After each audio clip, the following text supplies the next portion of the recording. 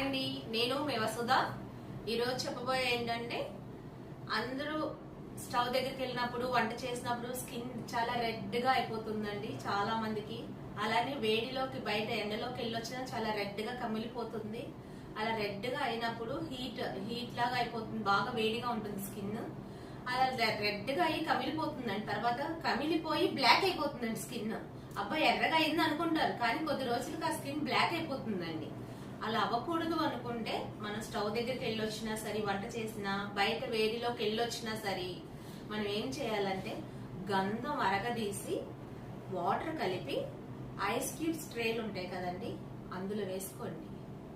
అలానే కీరా దోసకాయ కూడా మిక్సీ పట్టి ఆ వాటర్ తోటే ఒక లైన్ లో వేసుకోండి క్యూబ్స్.